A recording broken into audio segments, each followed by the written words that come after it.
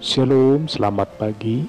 Bertemu kembali kita di program channel Renungan Pagi setiap hari, setiap pagi.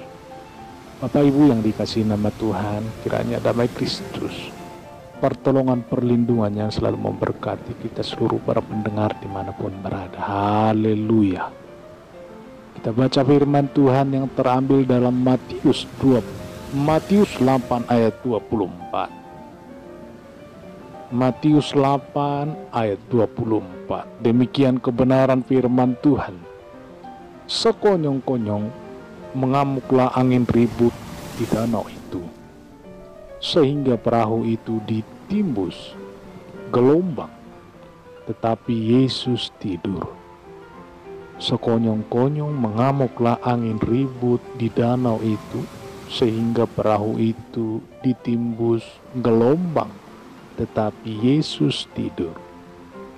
Bapak Ibu yang dikasihi nama Tuhan, yang menjadi judul renungan pagi hari ini adalah reaksi. Judul renungan firman Tuhan pagi hari ini adalah reaksi. Reaksi adalah tanggapan seseorang atas terjadinya suatu peristiwa. Benar ya Bapak Ibu ya? Nah, reaksi bisa positif, tetapi ada juga yang negatif. Bapak Ibu yang dikasihi nama Tuhan, reaksi bisa positif, tetapi ada juga yang negatif. Reaksi positif baik dan tidak akan menimbulkan persoalan baru. Beda dengan reaksi negatif. Jika dalam menyikapi datangnya suatu peristiwa kita bereaksi negatif, maka masalah lain bisa timbul Bapak Ibu. Bagaimana sebenarnya kita bereaksi? Bapak Ibu yang dikasihi nama Tuhan, bagaimana sebenarnya kita bereaksi? Atau bagaimana sebenarnya bereaksi? Nah, kisah nyata yang terjadi ketika Yesus bersama murid-muridnya sedang berlayar menyeberangi Danau Galilea. Bacaan kitab ini menceritakan bagaimana secara tiba-tiba mendadak sekali datang angin ribut yang sangat dahsyat. Badai yang muncul bukan sembarangan badai. Dilukiskan seperti peristiwa tsunami di mana gelombang laut naik hingga belasan meter tingginya Bapak Ibu. Anda bisa bayangkan, atau Bapak Ibu pendengar bisa bayangkan kondisi perahu kecil yang harus berhadapan dengan badai yang hebat. Awalnya murid-murid berusaha mengatasi air yang masuk ke dalam perahu. Mereka membuang air laut itu. Mereka berusaha mengendalikan perahu tersebut supaya tidak tenggelam Bapak Ibu. Mereka pikir mereka adalah nelayan yang handal yang sangat berpengalaman. Mereka juga sangat paham seluk-beluk danau itu. Mereka menyangka pasti bisa mengatasinya. Bapak Ibu yang dikasihi nama Tuhan. Tetapi apa yang terjadi Bapak Ibu? Keringat sudah membasahi tubuh mereka. Napas sudah tersengal-sengal.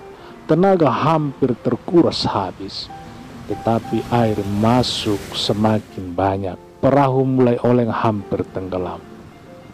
Di saat kritis seperti ini, di saat kritis itu mereka juga ingat ada Yesus bersama mereka. Kadang-kadang kita seperti itu Bapak Ibu. Saat-saat kritis seperti itu kita ingat Tuhan. Sebelumnya mereka tidak memperdulikan Yesus. Tahu apa Yesus tentang gelombang dan badai? Mungkin begitu pikir mereka. Begitu pikir para nelayan, murid-murid Yesus ini. Reaksi murid-murid ketika badai menerjang adalah berusaha sendiri, merasa mampu, bisa mengatasinya. Baru setelah nyaris tenggelam, baru ingat ada Yesus bersama mereka. Mereka berteriak memanggil Yesus yang sedang tertidur di buritan perahu itu Bapak Ibu. yang menjadi pertanyaan. Mengapa Yesus tertidur di saat murid-murid menghadapi bahaya? Betulkah Yesus tertidur? Kita tidak salah baca karena Injil Matius di atas mengutip. Karena dalam Injil ini sudah mengutip bahwa menceritakan Yesus tertidur di buritan. Pertanyaannya, mengapa Yesus tertidur dikala mereka sedang menghadapi bahaya antara hidup dan mati? Apakah Yesus Tuhan yang tidak peduli? Salah besar jika kita beranggapan demikian. Yesus adalah Tuhan yang sangat peduli. Dia tertidur karena dia tidak dilibatkan dalam masalah yang terjadi. Dia memang sejak awal menciptakan manusia dengan kehendak bebas, free will. Terserah kita mau libatkan dia atau tidak. Murid-murid merasa bisa mengatasi urusan mereka. Tidak perlu Yesus. Baru ketika perahu hampir tenggelam, mereka membangunkan Yesus. Tuhan, tolonglah, kita binasa. Dalam ayat 25. Sebenarnya jika mereka tenang dan berpikir jernih, mereka tidak perlu sepanik itu.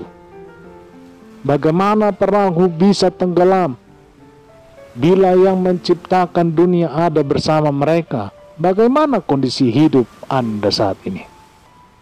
Bagaimana kondisi kita, teman-teman, Bapak, Ibu, para pendengar saat ini? Perahu kehidupan kita ada di mana? Di tengah badai yang sedang mengamuk? Mungkin Anda berlayar bersama Yesus atau seorang diri? Jangan seperti murid-murid yang mencoba mengatasi masalah dengan hampir tenggelam dengan kekuatan mereka sendiri. Yesus tahu apa soal badai, apa soal gelombang. Yesus bisa. Bukan berarti Yesus bisa apa. Ini menurut murid-muridnya. Tetapi Yesus bisa. Bukan Yesus bisa apa. Yesus bisa. Kebanyakan orang-orang yang berpikir seperti pemikiran murid-murid ini hingga menyatakan, mana Yesus paham soal bisnis atau soal usaha saya. Ketika hidupmu sedang menghadapi badai kehidupan, jangan lupakan Yesus. Dia ada bersama Anda. Dia sangat ingin menolong Anda, menolong kita. Hampiri dan bangunkan dia.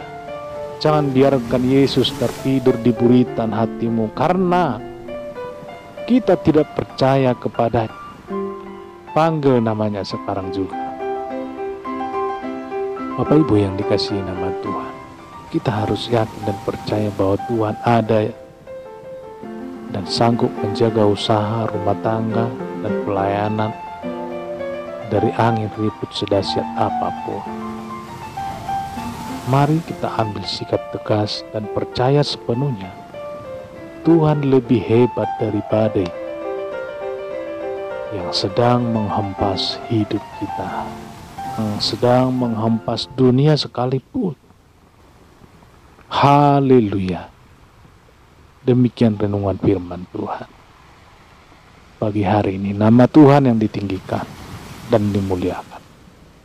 Selamat beraktivitas, terus jaga protokol kesehatan. Salam sehat, salam hebat. Tuhan Yesus memberkati. Baik, kita berdoa. Terima kasih Tuhan, pagi hari ini kami mengucap syukur atas kasih setia dan perlindungan yang menyertai hidup kami ya Bapa. Terpujilah namamu, termulialah Engkau Tuhan. Sebentar kami akan beraktivitas. Tuhan, tutup bungkus pagari kami seluruh para pendengar yang mendengarkan renungan-Mu Tuhan, yang renungan firman pagi hari ini.